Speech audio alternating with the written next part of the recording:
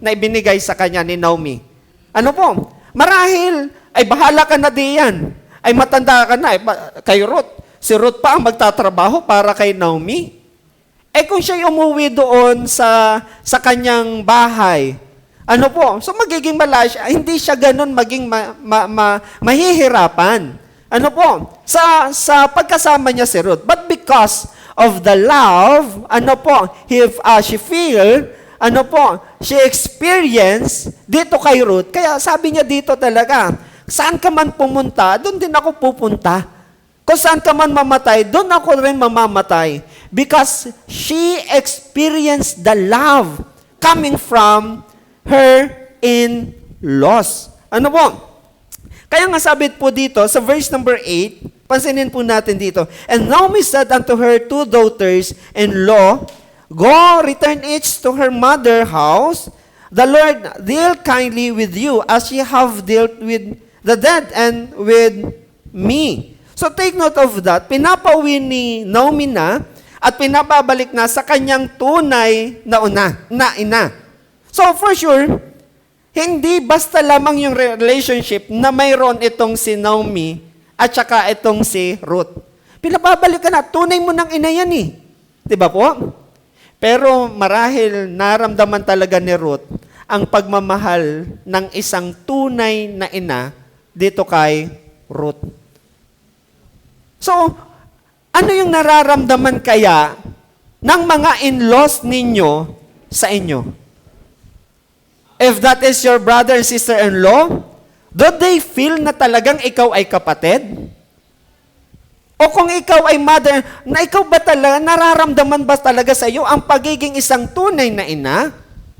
O ikaw ba, nararamdaman ba sa iyo ang pagiging isang tunay na anak? Kaya nga sa verse number 8 and 9, And Naomi said unto her two daughters-in-law, again, verse number 9 na tayo, The Lord grant you that we may find rest, each of you, in the house of her husband. Then she kissed them, and they lifted up their voice and wept. Talagang nag-iyakan pa sila. Kung hindi maganda ang pakikisama dito, ay hindi iyakan dito ang mangyayari. Kumbaga, mapapatawa pa, ay salamat naman, aalis na rin itong aking manugang na ito. Lagi na, diba? Ganyan ang malimit na nangyayari. So folks, ang malimit kasing nangyayari sa panahon ngayon, diga po, laging mayroong tensyon pagdating sa bianan o sa manugang. Tama po ba? Lagi na, hindi naman natin din po agad na, sabi nga po ay, sasabihin natin, o pagtatakhan, o masasabi natin, mahirap din naman pong i-question din naman agad sila for that kind of attitude. Because for sometimes they feel kasi, ano po, yung emotion, yung damdamin nila para dun sa tao. So, ito yung ilang mga bagay na nagiging dahilan. Alam nyo kung bakit po nagkakaroon ng tinatawag natin na tension sa in-laws. Una, dahil nararamdaman ng magulang na mas higit na napagkakatiwalaan ng tunay na anak nila ang asawa, yung sa kanilang asawa kaysa sa magulang. Yan nararamdaman ng parang, yun ang nararamdaman ng magulang na parang nai-chapwera na sila, nade-degrade na sila. So yun ang nararamdaman, kaya nagkakaroon ng tinatawag natin na tension. So kung nararamdaman yung tinatawag natin na love from the both, hindi siya makakaramdam ng ganitong bagay, na parang, bakit parang inaagaw sa akin ng anak ko? Kaya iba dapat yung ipakita natin, lalo na tayo bilang isang believer, mananampalataya, we always need to express the love. Ano po, para mawala yung tension na ito. Kung sa mundong ganito, laging magkagalit ang bianan, ang manugang, ay dapat hindi gayon tayong mga mananampalataya. Because we know the principles of the Bible. Right? Opo, dapat alam natin po yung mga bagay na ito. Kaya sa manugang, ay intindihin din po natin, kasi for so long, your partner is lying in the arms of their parents, tapos paglaki nila, mas mabibigyan ng pansin yung asawa kaysa sa magulang. Ayan, ganun. Kaya minsan, siguro, pagdating sa parang naghahanap, nagsiselos. Ganyan. Pero kung ipaparamdam ni manugang na hindi naman inaagaw, kundi lalo na silang mas maraming magmamahal at susuporta, hindi makakaramdam ang manugang o ang biyanan ng ganyang bagay. Parang there is no competency. Ano po? Doon sa loob. Pero kapag nakaramdam yan ng tension, ay, sasabihin ko sa iyo, lagi yung magkakagulo. Oo, kumbaga, nagtitiis na lang, kundangan na nga lang sa aking anak, kundangan na lang sa aking asawa. Kaya lagi, malimit nangyayari, pero yun naman ang dapat, yung aalis sa poder ng magulang is because hindi na makaya ang ugali. Ang sama naman na ganun ang pag-iisip bilang ikaw ay isang mananampalataya. Hindi naman tayo ganun. Right? Another thing, kung bakit po nagkakaroon ng tensyon, may mga sistema na umiiral sa loob po ng pamilya. Ngayon, sabi nga po, biglang mababago sa kadahilanan na may ibang mas nabibigyan ngayon ng pansin. Kaya nga, it's better lagi na kapag nag-asawa, humiwalay. Kasi may ibang batas na umiiral doon. Ngayon, bilang ikaw ay makikisamang anak, o ikaw ay manugang, sasama ka doon, ay kinakailangan, sumunod ka. Kasi may rules na umiiral doon bago ka pa dumating. Kung ikaw naandun, wala kang magagawa, do not insist. Kasi mayroong nag-i-exist na rules inside that house bago ka pa dumating. Pag ipipilit mo yung bagay na gusto mo, ay talagang, ay hindi pwede. May tunay na reyna dito, may tunay na hari dito. Create your own, create your own. Kaya nga lagi diyan humiwalay ka. Para mawala ang tension na ito kasi may umiiral diyan. Siyempre ikaw, hindi ka sanay dito, ay ibang kinalakihan mo, tapos gusto mong mangyari, ay magkaibang kagustuhan ang mangyayari dyan. Paano magkakasundo? Kaya nga kung ikaw ay makikisama sa iyong biyanan, wala kang magagawa kasi on the roof nila, sumunod ka sa kanilang patakaran. Kung gusto mong i-insist ang sayo, humiwalay ka. Ano po? Kung ikaw man ay gumising maaga, kung ikaw ay maglinis man o etc., wala kang magagawa because you are on the rules of that house. Kaya ganun ang nagkakaroon ng mga tensyon. Kasi sa atin, dapat respeto. Kaya ang pagpasok sa isang relasyon ay nangangailangan ng isang malalim na pagrespeto sa magulang, sa anak. And for sure, walang tension diyan. Ano po na mangyayari? Ang pangatlo, ito po isang bagay. Kaya nagkakaroon ng tension, yung pagpapalaki sa bata. Ano po? Yan ang malimit. Ano po? Ang pagpapalaki sa bata. So, may ibang sistema ang magulang sa pagpapalaki. May ibang sistema din ang mga lolo't lola sa pagpapalaki. Ano po? Magkaiba yan Ano po? Itong bata, susumbong dito, lalo kay lolo't lola, ganyan. Ang iba na, spoil dito, ganito, ganyan. Kaya hindi magkaroon ng maayos. Ano po? Ng maayos na saman sa loob ng tahanan. Kaya ito po ang maganda lagi sinasabi. Once na ikaw ay nagbabalak ng mag-asawa o pumunta sa ganyang bagay, dapat kaya mo ng panindigan na buhayin sila. Kaya nga ang rules, dapat meron ka ng ipapakain sa kanila. Yung hindi ka naaasa para sa magulang mo. Upang mawala ang tensyon na ito. Kasi hanggat na ando sa poder ka at pinapakain ka, ay susunod ka ng susunod doon. Kasi nga may existing rules doon. At mahirap bastang baliin yun. Ano po yung ganung bagay? Another term, yung nga, nasabi ka na natin po kanina, dahil sa pag-iingat, kumbaga, ng magulang sa anak, tapos biglang makikita ng anak na naku, ang lungkot naman ng aking anak na ito. Simula nung napangasawa itong ito, ganito. Hindi mo mailalayo yun sa isang magulang. Pag nakita, kahit na itong anak na ito ay may asawa na, kahit ito'y malaki na, pag nakita na magulang malungkot, ay maapektuhan at maapektuhan yan.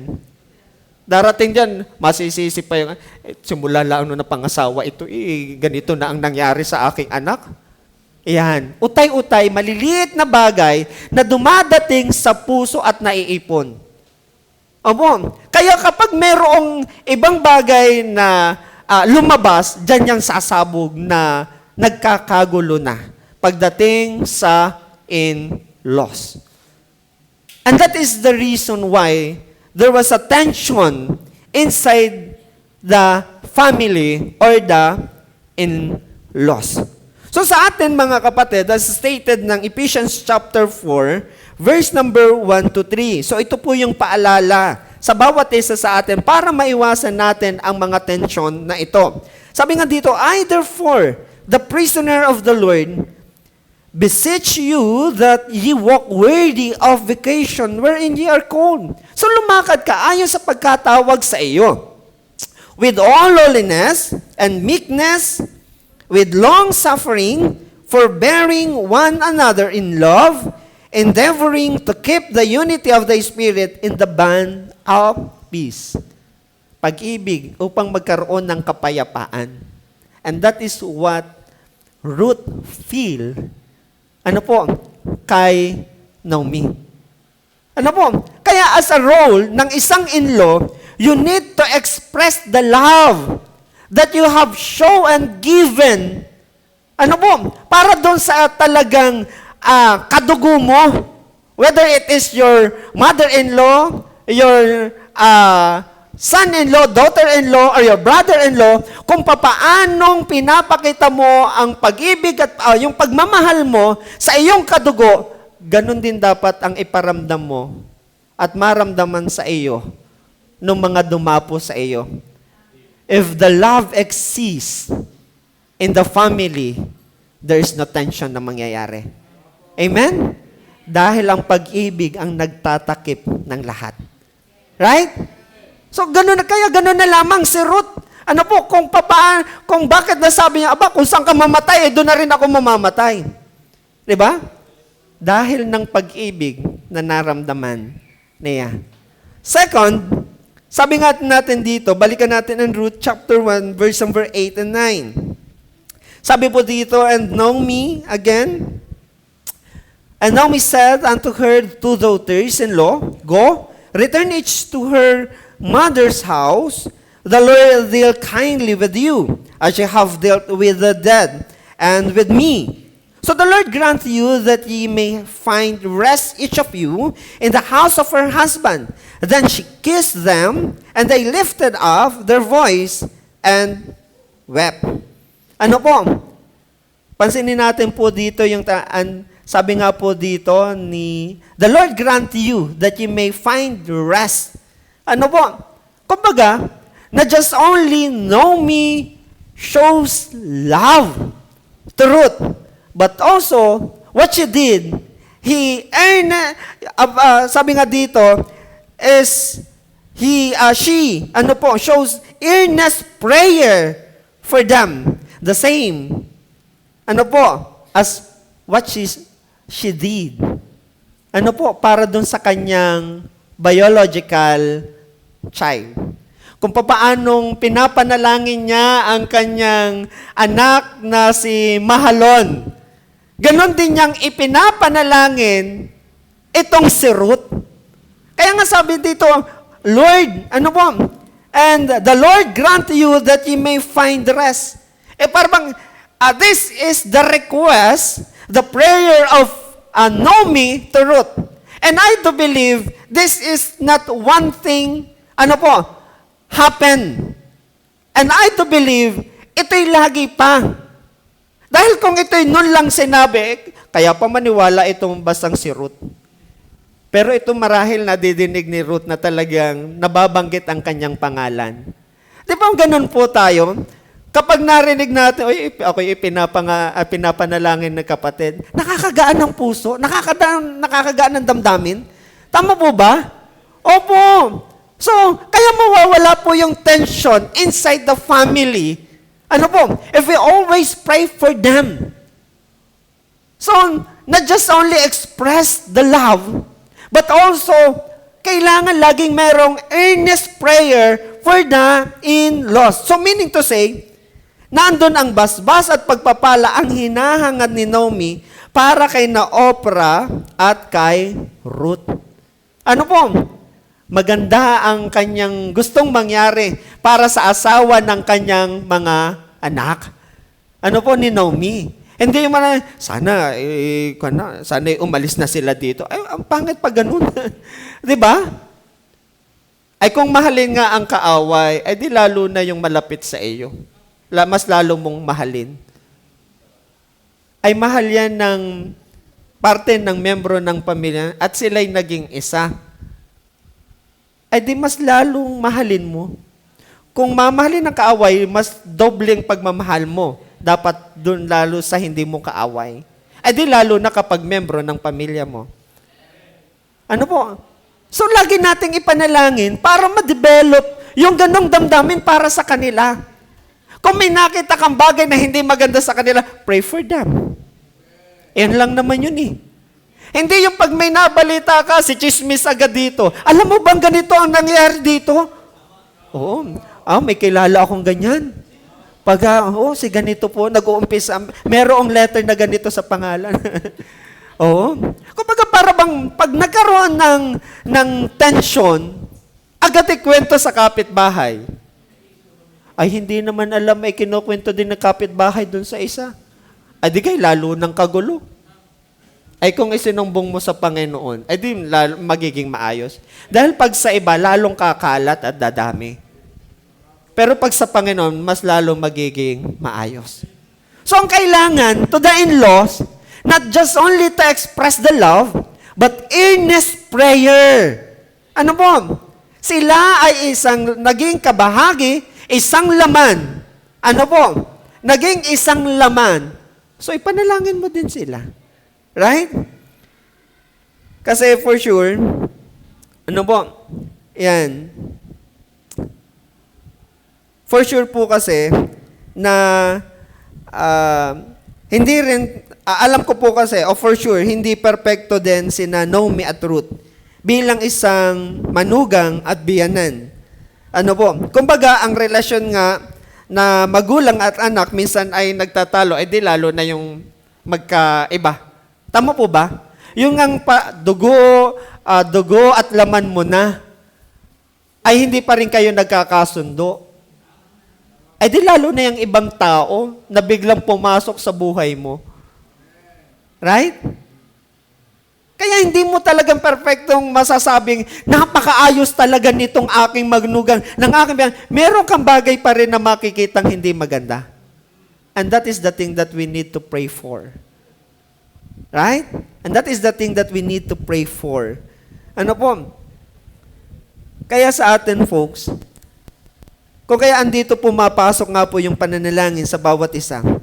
Sabi nga ng 1 Timothy chapter 5, verse number 8, datapat kung ang sino man ay hindi nagkakandili sa mga sariling kanya, lalong-lalo na sa kanyang sarili. Take note of this. Ano po? Lalong-lalo na sa kanyang sariling sambahayan. Take note of that. Again, after that marriage, they become one. The really part of the family. Whether you like it or not, they are really the member of the family. Amen? So ngayon, as the Bible stated, kung sino man ang hindi nagkakandili sa mga sariling kanya, lalong-lalo na given emphasis to the member of the family, ay tumanggi siya sa pananampalataya at lalong masama kaysa sa hindi sumasampalataya. Diba? Parang wala kang pagkakilala sa Panginoon. Because the first thing na dapat may apply at may pakita ang pananampalataya is to the member of the family. Because they are the one na laging kasama mo sa buong isang araw, sa isang linggo, at halos sa isang buwan, sa buong taon. Sila. Kaya kung may dapat na maniwalang ikaw ay mananampalataya, yun yung membro ng pamilya mo. Amen? Oo. Kasi pag dito sa church, ay madali lang natin yan namang ipakita eh. Dumating ka lang diyan, magsuot ka lang ng maayos na damit. Aba, kagaling naman na rin, lagi na andito. Pero hindi mo maluloko ang membro ng pamilya mo. Diba? Kaya yung iba, pag nagpasalamat yung iba, napapasingha, diba? Napapatawag din ng butiki. Diba? Kumbaga, ano ba yung mga sinasabi nito? Diba? Parang ang layo naman. Hindi sila believe. Right? Kaya sabi nga po dito, parang masahol ka pa sa hindi mananampalataya. So kung meron tayong goal, especially as in law, kung may dapat kang ayusin at pagigihin, the member of the family. And that in law is part of that family. Again, tanggapin mo man yan o hindi, yan ang katotohanan. Simula nang ikaw ay nagpakasal, lahat diyan ng membro ng pamilya mo ay dapat mong pakisamahan. Hindi mo man gusto, magkaiba man kayo ng personality, because that is the law. Kaya ang pagpasok diyan, hindi lang dahil siya laang, etc., dapat kaya mo din pakisamahan ang bawat membro ng pamilya na yan. And pray for them. Pray for them. Kung papansinin natin, kung hindi natin ipinanalangin ang ating pamilya, bianan manugang, ay daig pa ang isang hindi mananampalataya. Being part of the family, dapat at nararapat na lagi silang isama sa ating pong mga panalangin. Amen? Opo. Naipapanalangin niyo po ba? Every member of your family. O pati po ba yung mga asawa ng inyong mga anak? Ang magulang ng inyong asawa, ang kapatid ng inyong asawa, baka ang mga kapatid lang hindi na sinama dahil nung nag-abroad bumalik hindi nabigyan ng chocolate. Diba? Oo. Baka hindi lang napasalubungan, hindi na isinama sa prayer. So kung ikaw ay mananalangin, isama mo din ang iyong in-laws. Because that is the law. They are part of the member of the family. Ang tunay na nagsasama, sabi nga dito, sa panalangin, they are truly the one who cares for them. At kung ikaw naman ay tunay na nananalangin, dapat nag-aalala ka sa Kanya. Diga? Sasabihin natin nananalangin tayo para sa Kanya, wala ka namang ginagawa, you are not showing a good attitude unto them, I do not believe you pray for them. Or you just proclaiming by your mouth, pero hindi tunay yan sa puso. Ay, nasabi lang doon ay panalangin, hindi panalangin. Hindi po yung ganong ibanggit mo lamang sa iyong panalangin, kundi, ibig sabihin nun, gumawa ka. Gumawa ka. Kumbaga, ang point natin, kung nananalangin ka, dapat may ginagawa ka. Kung ang prayer ay walang action, that is just a word. That is just a whisper. So folks, dito natin makikita ang concern at care ni Ruth para kay Naomi at gayon din si Naomi kay Ruth. Why? Because they always pray for each other. Amen? Because they pray for each other. So as in law, you need to express love unto them. You need to have an earnest prayer unto them. And thirdly, nandun po ay, sabi po pa rin ng talata dito sa verse number 16, And Ruth said, Entreat me not to leave thee. Huwag mo akong pahintulutan na ikaw ay aking iwan. Or to return from following after thee, for whether thou goest, I will go, and where thou lodgest, I will lodge. Thy people shall be my people, and thy God would be my God. Ano po yung pangatlong bagay na atin pong mapapansin po dito, mga kapatid, as in-law, na just only, again, to express love, to have an earnest prayer for them, but also to expound God for them. Ipakilala mong mabuti kung sino ang Diyos. A relationship will not be stronger because of the emotion you gave unto them. It will become stronger is because God is present in them. Amen? Dahil hindi magiging matibay ang samahan kung walang Diyos. Ano po? Kaya pa itong si Ruth, kilala natin na isang Moabita, believing on the other gods. Right? Pero tinanggap niya ang Diyos ni Naomi.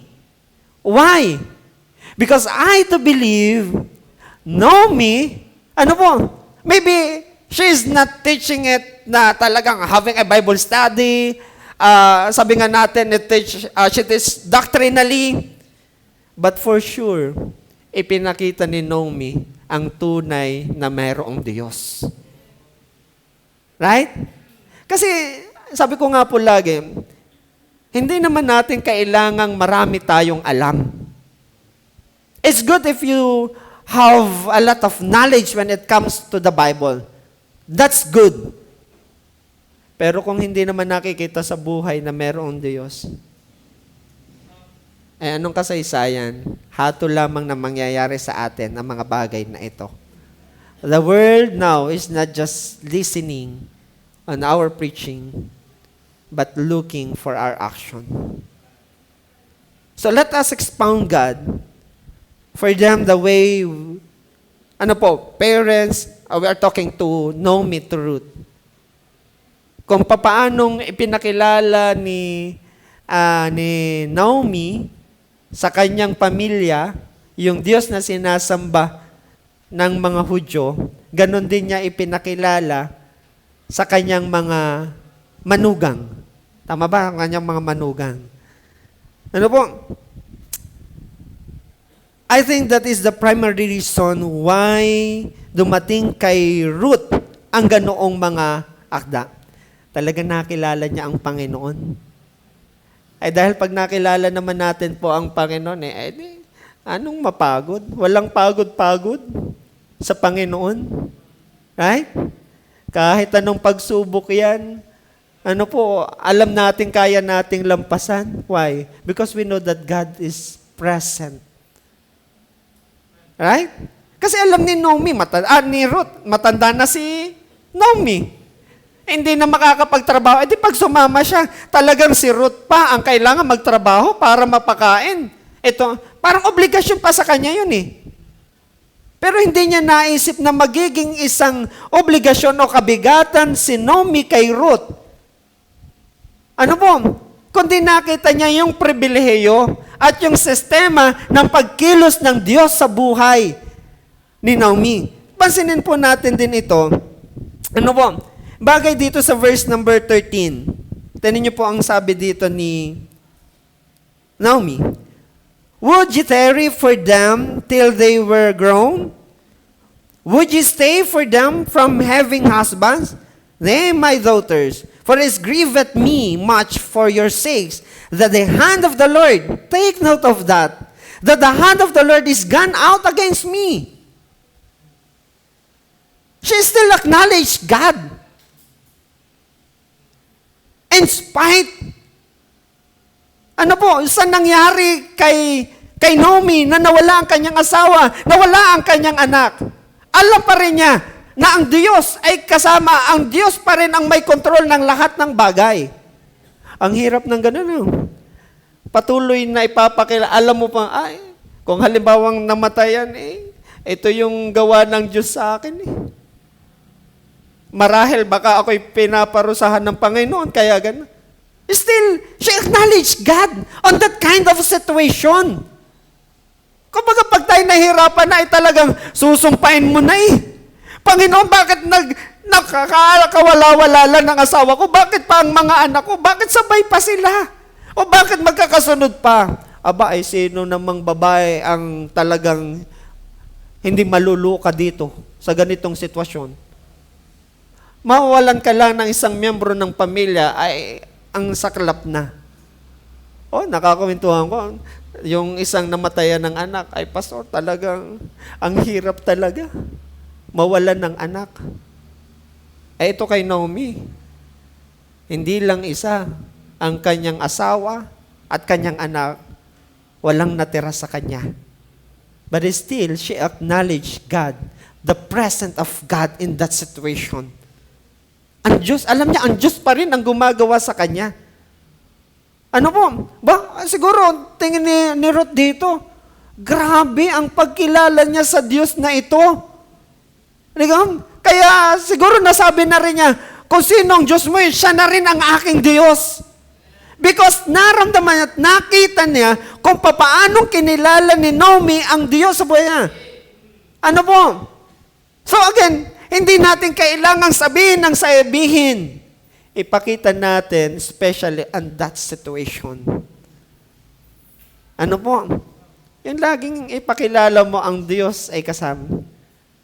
Alam mo ba mabianan? Alam mo ba manugang? Ay talagang ang Diyos natin ay mabuti. Diga? Ang Diyos ang tumutulong sa atin. Ay yung kapartner mo, etc. na yan, ang Diyos ang talagang tumulong sa kanya. Ewan ko lang kung bukang bibigay ang Diyos na yan. Right? Ay kung panay mura na lamang ang mapapakinggan, diga? Pagdating niya, puro na lamang iyamot ang maririnig. Look at her view of God. Hindi nakita ni Naomi ang kawalan ng asawa at mga anak. Ano po, ay dahil sa kung ano man, kundi kaniyang kinikilala na ang Diyos ang may author ng lahat ng bagay. So that means to say, Naomi really acknowledged God so much. Hindi lang pagpapala ang nakikita niya, hindi lang pagpapala sa buhay niya kung bakit nasasabi niyang merong Panginoon. Even in the hardest moment of her life, nakita niya pa rin ang Panginoon. Right? Parang katulad kay Job. Sa chapter 2, verse number 10, tatanggap ba tayo ng mabuti sa kamay ng Diyos at hindi tayo tatanggap ng masama? Right? The same principles. Right? Kaya kay Job, kahit nawala, patuloy niya pinupuri pa rin ang Panginoon. Kay Naomi, ganun din. Patuloy na kinikilala pa rin niya ang Panginoon. Because again, I believe this would not be the first time that Naomi did this. Ano po? At marahil ito'y nasaksihan ni Ruth for so many times that she is in the, sabi nga dito, she has been with Naomi. Ano po? Dahil, kaya pa niya sabihin ni Ruth dito na, ay kung sinong Diyos may magiging Diyos ko din. Kung halimbawang kung dito, tamot hindi si Naomi ang napaniwala ni Ruth sa kanyang Diyos-Diyosa na yon. Diba? Kasi wala na maipagmamalakit masasabi si Ruth sa kanyang mga kinilalang Diyos-Diyosan. Pero si Naomi, maraming patotoo tungkol sa kanyang Diyos. At ito'y napatunayan, nasaksihan sa buhay ni Naomi. So folks, ang pagharap natin sa suliranin ay isang pagpapakita ng ating pagkilala sa ating Diyos at pagtitiwala sa Kanya. At ito ang isang bagay na dapat ipakita ng isang in-laws. Ano po? Pagdating sa atin pong Panginoon, dapat yan lalo't higit na ipakita natin. Kung ang iba ay hindi kakitaan ng pagiging makadiyos na pagsunod o makarinig ng makadiyos na pananalita, tayo dapat na mananampalataya laging makita sa buhay natin. Yes, we're not perfect. Yes, we're not perfect. I do believe sa ganyang bagay. We're not perfect. So folks, it is very clear to the life of Naomi and Ruth about their obligation and role as in-laws. At sana yung ding ang mga bagay na pagsumikapan ng bawat isa sa atin. Amen? Yun ang pagsumikapan din natin sa bawat isa sa atin. Let us always express love. Ano mo? Let us always have an earnest prayer for them. At the same time, ang pinakamahalaga, let us expound God to them. Dahil kapag atin pong naipakita ang ganitong bagay, a good relationship will exist in the family. Amen? Kung walang Diyos, walang maganda at maayos na pamilya. Ang matibay na pamilya dahil may Diyos na kasama. Amen? Opo. Huwag tayo pong mahiyang ipakilala ang ating pong Diyos. Buhay ang ating Diyos at siyang sumasama sa atin magpakailan paman. Purihin po ang Diyos, tayo po ay manalangin. Let us bow our heads and close our eyes. Gracious Father,